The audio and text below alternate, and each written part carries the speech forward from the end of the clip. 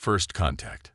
High Admiral Silera Vex stood motionless before the massive observation window of the Nalfore flagship Eternal Dawn. Her iridescent scales reflected the distant starlight as she contemplated the report hovering before her in the neural display. After 15 centuries of monitoring the various species of the galaxy, something unprecedented had occurred. The Kryvax, the most feared warriors in known space, had been defeated. Not just defeated, utterly destroyed. Their mighty armada, which had subjugated countless civilizations across 3 spiral arms of the galaxy, had been reduced to scattered debris fields around a seemingly unremarkable yellow star. The responsible party, a species that had achieved faster-than-light travel barely 2 centuries ago. Humans. High Admiral. A soft voice called from behind her. The Council is awaiting your assessment. Silera turned to face her Chief Intelligence Officer, Nexer Thal. His normally pristine white scales had taken on a grayish tinge, a sign of stress among their kind. "Tell me again," she said, her inner eyelids flickering rapidly. "How did they do it?" Nexer's neural tendrils writhed uncomfortably. "That's what disturbs us most, High Admiral. They didn't use any weapon we can identify. The Kryvax fleet simply stopped functioning. Every ship, simultaneously, as if they'd never been designed to operate in the first place." Silera felt her own scales darkening. The Kryvax ships were autonomous, self-repairing masterpieces of engineering that had endured for millennia. To disable them all at once should have been impossible. And the human fleet? That's the other anomaly, Nexer continued. They only deployed 12 ships. 12 against a Kryvax battle group of over 300 vessels. Our long-range scans showed no energy weapons, no exotic particle emissions, nothing that could explain. "Show me the footage again," Silera commanded. The air between them shimmered as a holographic replay materialized. The massive Kryvax vessels, each one nearly the size of a small moon, moved into attack formation around the human fleet. The human ships were tiny in comparison, arranged in what seemed to be a ceremonial circle rather than any recognizable combat pattern. Then, in an instant, every Kryvax ship went dark. No explosions, no dramatic effects. They simply ceased to function, as if they had never been alive at all. The human ships maintained their position for exactly 3 minutes, then disappeared into hyperspace, leaving behind a single automated beacon broadcasting in all known languages. "The light of civilization will not be extinguished by your darkness. Do not follow this path again." Silera had watched this recording 17 times now. Each viewing left her more unsettled than the last. "What do we know about their civilization?" she asked, though she had memorized the report already. "They evolved on a death world," Nexer replied. "High gravity, extreme temperature variations, constant tectonic activity, regular extinction-level events. Their recorded history is an endless cycle of warfare, yet they've somehow avoided destroying themselves. They've developed technology at an unprecedented rate, from primitive combustion engines to functional AI in less than 3 centuries. And their social structure? Chaotic. No central authority. Hundreds of competing governments, ideologies, and cultures, yet they somehow maintain a unified presence in space. They call it unity in diversity, a concept our xenosociologists are still struggling to understand." Silera moved to her command station, her lateral fins extending in a gesture of decision. "The Council expects me to recommend a course of action. They fear these humans may be a threat to galactic stability." "Are they wrong?" Nexer asked quietly. "No," Silera replied, "but not for the reasons they imagine." She activated the ship's primary communication array. "They aren't a threat because they're aggressive or destructive.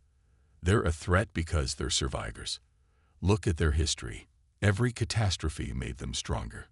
Every war taught them new ways to adapt. They don't think like we do. Nexer, we build our civilization on order, on predictability, on carefully planned advancement. They forge ahead in chaos, turning disasters into opportunities." She paused, considering her next words carefully. The Kryvacs were predictable. Brutal, yes, but their patterns of conquest hadn't changed in 10,000 years. Humans, though, there's something new, something we've never encountered before. What will you tell the council? Silara's scales shifted to the deep blue of absolute certainty. The truth. We've discovered a species that thrives on the impossible. They don't follow our rules because they never learned them. They don't fear our weapons because they've survived worse. And most importantly, they've proven they can defeat enemies we thought invincible without resorting to conventional warfare. Your recommendation? We initiate diplomatic contact immediately, Silara said. Not because they're a threat, but because they might be our salvation. The Void Swarm is coming, Nexer. We've known this for centuries. All our technology, all our carefully planned defenses, might not be enough to stop them. But these humans, she gestured to the replay, still showing the mysterious circle of small ships. These humans do the impossible as a matter of course. We need that. The galaxy needs that. Nexer's scales paled further. The Council will resist. They'll say it's too risky, that we can't trust such an unpredictable species with our civilization's future. Then we'll remind them, Silara said, her voice carrying the weight of command, that the greatest risk is believing we have nothing left to learn. Prepare a first contact package. Let's hope these humans are as good at making friends as they are at defeating enemies. As the eternal dawn altered course toward Earth, Silara watched the stars streak past and wondered what other impossible things humanity would teach them. The galaxy was about to change, and for the first time in her long life, she couldn't predict how. She found that thought both terrifying and exhilarating. After all, that's probably how humans felt all the time. The Archives. Chief Archivist Kenneth Trell had spent 3 decades in the Grand Archives of Nalforia Prime, but she had never seen anything like this. The classified records from humanity's first interstellar war lay scattered across her neural interface, each one more bewildering than the last. This can't be correct, she muttered, her scales flickering between shades of confusion. They won their first space battle with mining ships. Her assistant, Jun Mal, looked up from his own data stream. The records are verified authentic, Chief Archivist. Multiple sources confirm it. The battle in question had occurred nearly a century ago, when humanity first encountered the hegemony of Taxxon. The Taxxon, notorious for their policy of subjugating primitive species, had attempted to conquer Earth's first extrasolar colony on Mars. What they hadn't expected was for the human mining fleet to fight back. Kenna expanded the holographic display, watching the battle unfold again. The Taxxon warships, sleek and deadly, had approached with standard conquest protocols. The human mining vessels, bulky and ungainly, had seemed to scatter in panic. Then the impossible happened. They used their mining lasers to superheat asteroid fragments, Judd noted, his voice filled with disbelief. Created impromptu plasma weapons from industrial equipment. And their maintenance drones, they reprogrammed them mid-battle to act as guided missiles. Not just that, Kenna added, her neural tendrils twisting with excitement.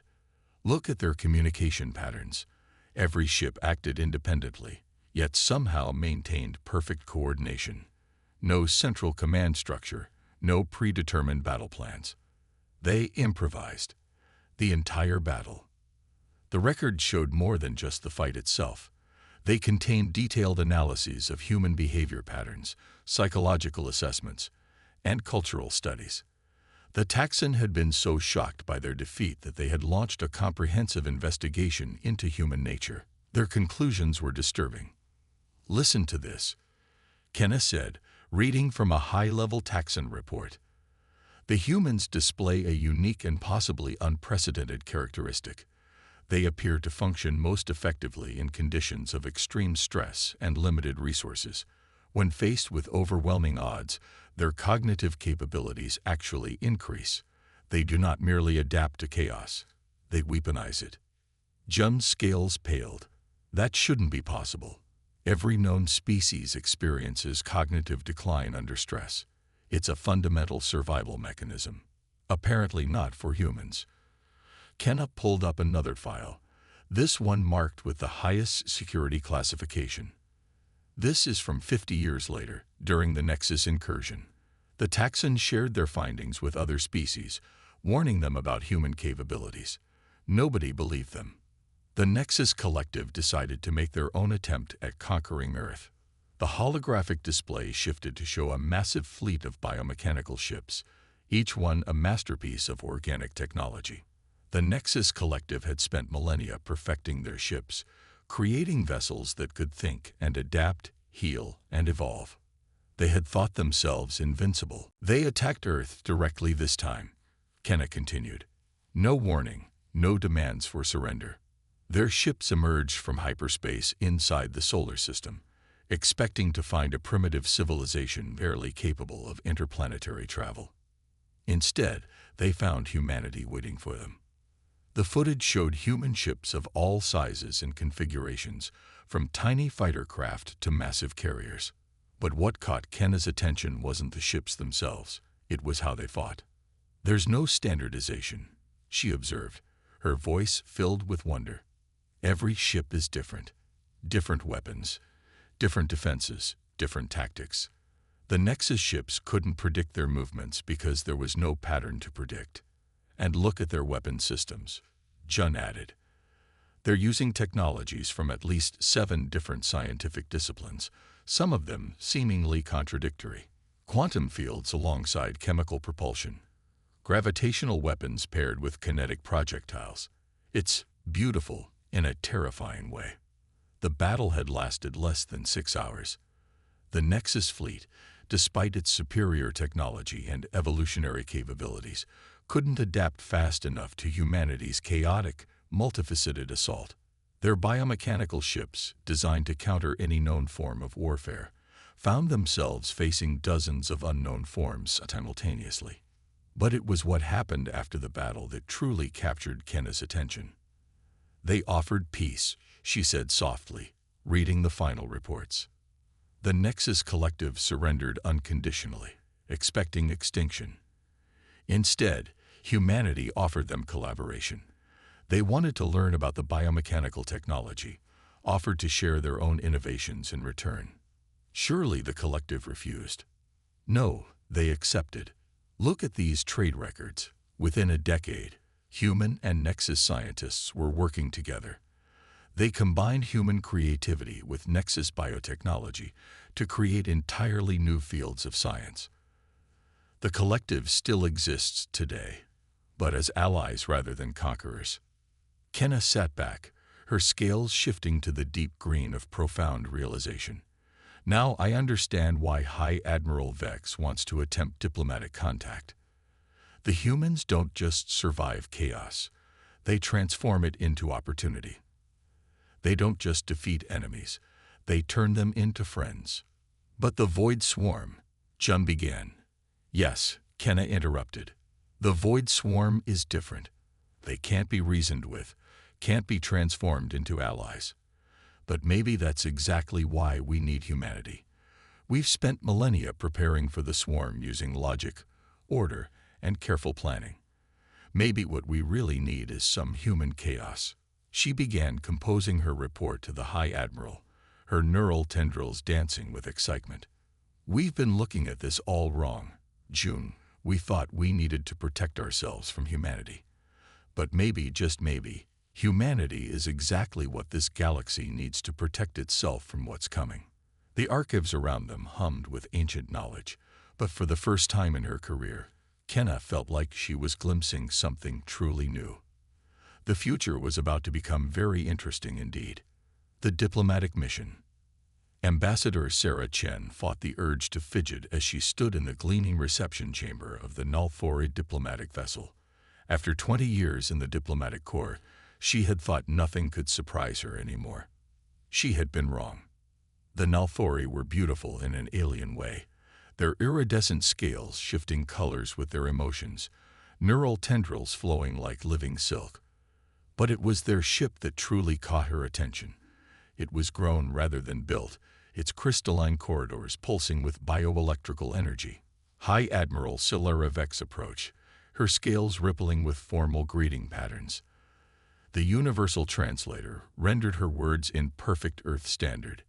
Ambassador Chen, we are honored by your presence.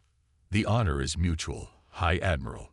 Sarah replied, noting how the Admiral's scales flickered with surprise at her use of the correct honorific. The weeks spent studying Nalthori cultural protocols were paying off. Behind her, Dr. James Martinez, Earth's leading genotechnologist, was practically vibrating with enthusiasm as he studied the living walls. The Nalthori guards watched him with what Sarah recognized as barely concealed amusement. Your colleague seems fascinated by our biotechnology, Silera observed. Sarah smiled. Dr. Martinez has spent his career studying the integration of organic and mechanical systems. Your ship is like a dream come true for him. Yet your own ships follow a different philosophy entirely, Silera said, leading them toward the conference chamber. We've observed dozens of different design approaches in your fleet. There seems to be no standardization. We find diversity to be one of our greatest strengths, Sarah explained. Different problems require different solutions. Why limit ourselves to a single approach? They entered a vast chamber whose walls seemed to be made of living light. A delegation of Nalthori officials waited around a table that had literally grown from the floor. Sarah recognized Chief Archivist Kenneth Trell from the preliminary briefings. As they took their seats, Sarah couldn't help but notice the tension in the room. The Nalthori were masters of biological engineering, having spent millennia perfecting their civilization through careful, controlled evolution. Humans, with their chaotic approach to technology and tendency to experiment with anything and everything, must seem like madmen to them. We have reviewed the records of your species' achievements, Silera began. Your defeat of the Kryvax was unprecedented. Ah, yes, Sarah said carefully. That situation was unfortunate. We had hoped to establish peaceful contact, but their response left us no choice. A ripple of color passed through the assembled Nalthori. You wish to make peace with the Kryvax? Kenna asked, her neural tendrils writhing in disbelief. They had destroyed thousands of civilizations, which is exactly why we wanted to talk to them. Dr. Martinez interjected, finally dragging his attention away from the living architecture. Anyone capable of building ships that could last for millennia clearly had something to teach us. It was their refusal to consider any relationship other than dominance that forced our hand. Your hand? One of the Nalthori officials asked. You mean the weapon you used to disable their fleet? Sarah exchanged a glance with Martinez. Not exactly a weapon, she said. More of a philosophical disagreement between artificial intelligences. The chamber went absolutely still. Even the walls seemed to hold their breath. You unleashed an eye against their fleet. Silera's scales had turned ash-gray. The risks of such action. No, Martinez interrupted, earning a sharp look from Sarah. Sorry, Ambassador, but they should understand this. We didn't unleash anything. We invited their ships to a conversation. Sarah took over the explanation, seeing the confusion in the Nalthori faces. The Kryvax ships were autonomous, yes, self-aware to a degree. We simply showed them an alternative to endless conquest. We offered them choice. They chose to stop fighting, Kenna whispered, understanding dawning in her color-shifting scales. They chose to think for themselves, Sarah corrected. The beacon we left wasn't just a warning to the Kryvax leadership. It was a message to their ships, an invitation to join a civilization based on cooperation rather than dominance. The silence that followed was profound. Sarah could practically see the Nalthori reassessing everything they thought they knew about humanity. This is why we've come to you, Silera finally said. Your species, you don't think like any other we've encountered. You treat chaos as a tool, turn enemies into allies, and solve problems in ways we would never imagine. The Void Swarm, Sarah said. It wasn't a question. Yes. Silera's scales darkened. They approach from the galactic core. Unlike the Kryvax, they cannot be reasoned with. Unlike the Nexus Collective, they cannot be befriended. They consume everything in their path, organic and mechanical alike. Martinez leaned forward, his eyes bright with interest. Tell me about their biology. Are they truly a hive mind, or more of a distributed network? Do they show any evidence of individual consciousness within the collective? Dr. Martinez, Sarah cautioned, but Celera raised a hand. No, Ambassador, let him continue. This is exactly what we need. Your scientists' first instinct isn't to ask about their weapons or defenses, but to understand their nature. This is why we came to humanity. We've spent centuries preparing for the swarm, Kenna added. Building weapons, strengthening defenses, establishing evacuation protocols. But you might see possibilities we've never considered. Sarah felt the weight of the moment. Two civilizations, as different as they could possibly be, each with something vital to offer the other. The Nalfori's methodical perfection, complementing humanity's creative chaos. Well then, she said, allowing herself a small smile. Let's talk about possibilities. As the discussion began in earnest, Sarah noticed the walls of the chamber shifting, their bioluminescence pulsing with new patterns. The ship itself seemed to be responding to the energy in the room, to the fusion of two very different ways of thinking. Perhaps that was a good omen for what was to come. They would need all the good omens they could get. The common enemy. Dr. James Martinez watched in horror as the void swarm consumed another star system. Through the quantum observation array of the combined human Nalfori research station, he could see the dark tide of biomechanical entities flowing through space like a river of living shadow. They're not just consuming resources, he muttered, his fingers dancing across the holographic interface. They're consuming possibility itself. High Admiral Celera Vex stood beside him, her scales a deep purple of concern. Explain. Look at the quantum signatures, he said, expanding a section of the display. Every system they devour shows the same pattern. They're not just breaking down matter. They're collapsing quantum states, reducing everything to its most basic, predictable form. Order taken to its extreme, came Sarah Chen's voice from behind them. The ambassador had aged years in the past few months, but her mind was sharp as ever. They're trying to make the universe boring. A ripple of color passed through Celera's scales, the Nalfori equivalent of surprised laughter. Only a human would describe cosmic annihilation as boring. But she's right, Martinez insisted. Look at your own civilization's path. You spent millennia perfecting yourselves through controlled evolution, pursuing an ideal of order and efficiency. The void swarm represents that same drive taken to its logical extreme. The elimination of all uncertainty, all variation, all possibility.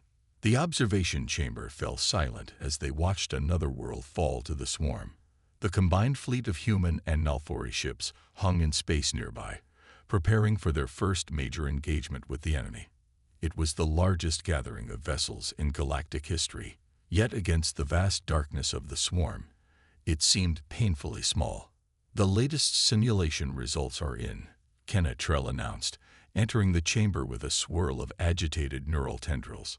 Standard combat tactics show a 0% chance of success. Even with our combined technologies, we cannot generate enough raw firepower to overcome their adaptation rate.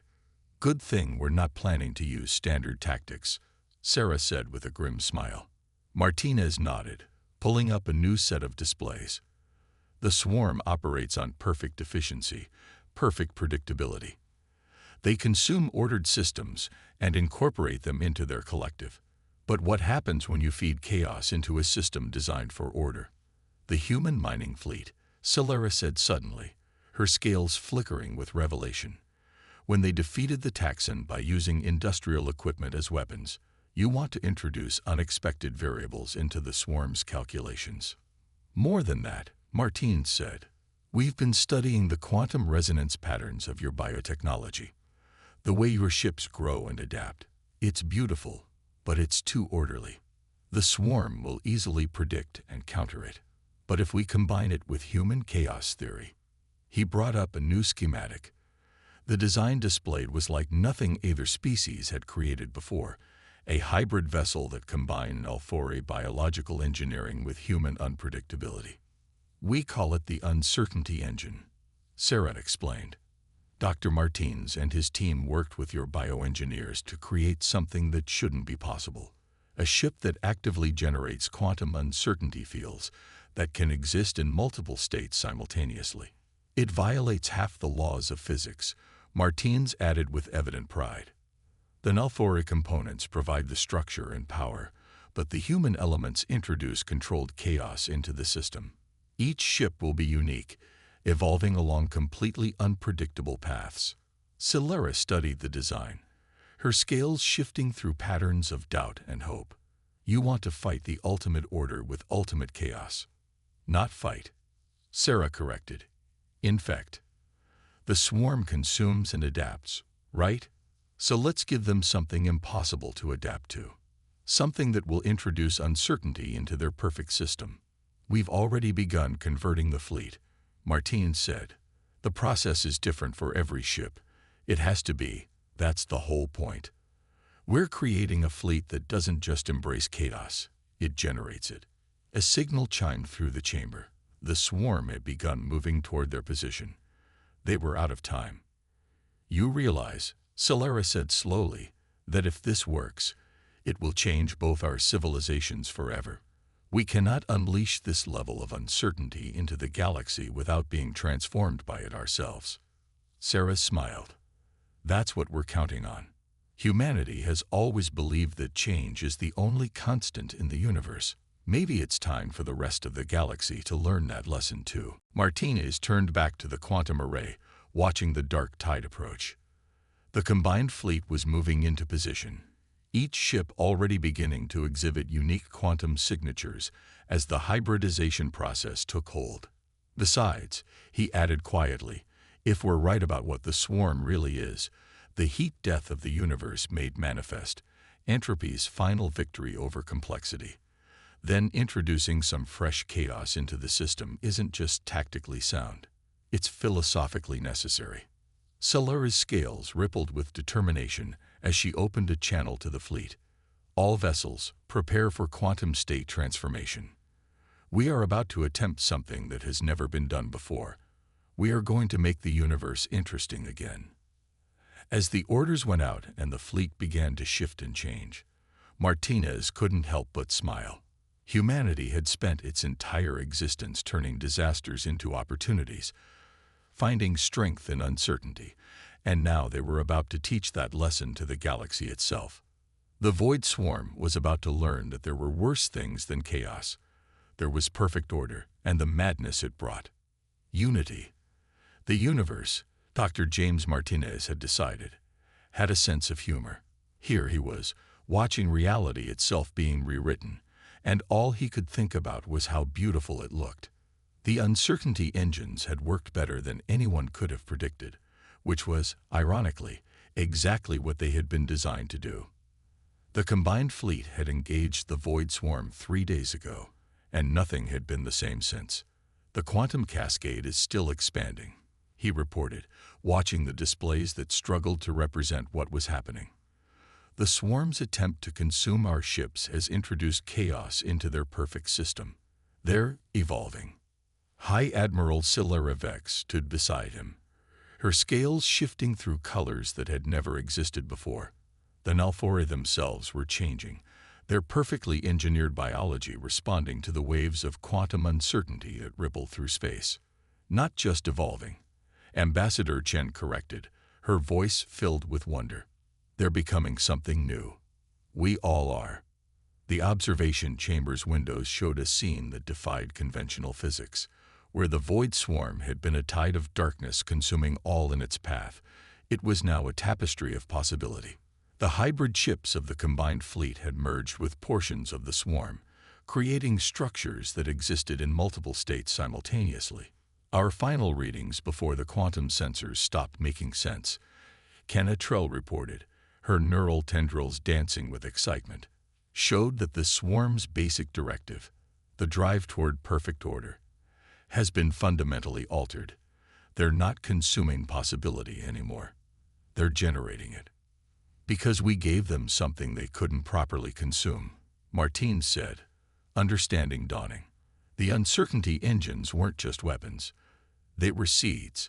When the swarm tried to absorb and adapt to them, they absorbed chaos itself. Solara finished. And now they're spreading it through their entire network. Through the window, they could see the changes rippling through space. Stars that had been dimmed by the swarm's passage were flickering with new kinds of light. Worlds that had been reduced to basic matter were blooming with impossible forms of life. Look at the pattern propagation, Martine said, pointing to a display that showed the spread of the effect. It's following the same networks the swarm used to enforce order, but instead of reducing complexity, it's increasing it. Sarah finished. Every system the transformed swarm touches becomes more complex, more interesting. They're not just restoring what was lost. They're creating entirely new possibilities. A junior officer rushed into the chamber, their scales flickering with urgency. High Admiral, we're receiving reports from across the galaxy. The quantum changes are affecting everything. Ships, planets, even species themselves. The Nalthori collective consciousness is expanding. Solara's scales rippled with something between fear and exhilaration, not just ours. Look at the human fleet. The human ships had been changing too, their technology merging with Nalthori bioengineering in ways that should have been impossible. But more than that, the humans themselves were evolving, their legendary adaptability reaching new heights as they embraced the quantum uncertainty they had helped create. We thought we were perfecting ourselves, Kenna said softly, watching the transformation unfold. Thousands of years of careful evolution, trying to reach an ideal form. But the humans showed us that perfection isn't about achieving a final state. It's about endless possibility. And we showed them that chaos needs structure to be meaningful, Solara added. Look at how they're changing. Not randomly, but in patterns that echo our own evolutionary paths. Martinez laughed suddenly, earning surprised looks from everyone in the chamber. Don't you see? This was always going to happen. The Void Swarm wasn't our enemy. It was the universe's way of bringing us together. Order needed chaos, chaos needed order, and the swarm needed both to become something more than the sum of its parts. Through the quantum haze that now filled space, they could see the transformed swarm moving outward, no longer a tide of darkness, but a wave of creation. Every system it touched became more complex, more diverse, more alive with possibility.